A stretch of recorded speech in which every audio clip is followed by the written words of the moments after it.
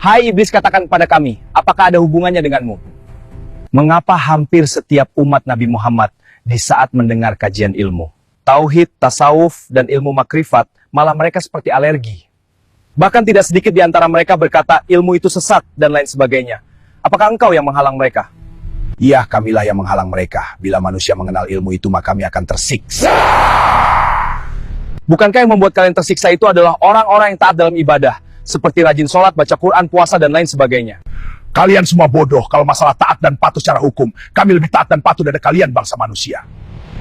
Di saat Nabi kalian masih hidup pun, kami mampu menghancurkan imannya ahli ibadah yang patuh dan taat. Apalagi iman umat Nabi Muhammad saat ini, yang hanya ibadah ikut-ikutan. Lantas apa yang kau takuti terhadap umat Nabi yang mempelajari ilmu tauhid, tasawuf, maupun ilmu makrifat?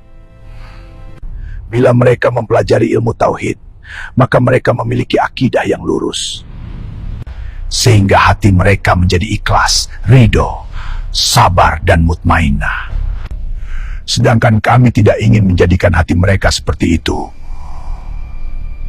Kami berusaha untuk menghancurkan iman mereka, agar mereka selalu menyekutukan Tuhan di dalam hati mereka.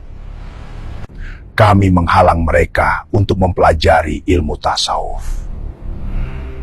Karena bila mereka mempelajari ilmu tasawuf, maka mereka tidak lagi memiliki sifat seperti kami. Karena mereka sudah menjadi manusia yang berakhlak. Apakah sifat dirimu yang ada pada diri manusia? Sombong, angkuh, takabur, buruk sangka, mencela, menggunjing, fitnah, iri, dengki. Merasa lebih baik, lebih benar, lebih hebat.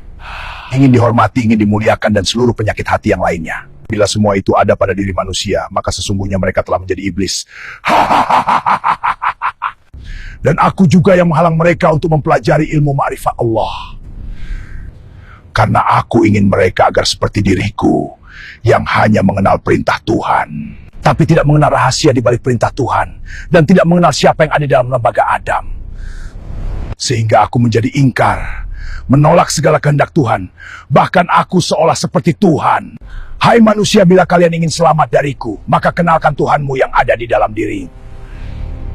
Karena Tuhanmu yang berkata, aku lebih dekat daripada urat lehermu. Bila umat Nabi Muhammad tidak mempelajari yang tiga itu, maka mudah bagiku menghancurkan iman mereka. Karena aku tidak pernah takut pada mereka yang ahli ibadah, tetapi tidak mengenal tiga ilmu itu. Karena soal patuh dan taat, aku lebih patuh dan taat daripada kalian bangsa manusia.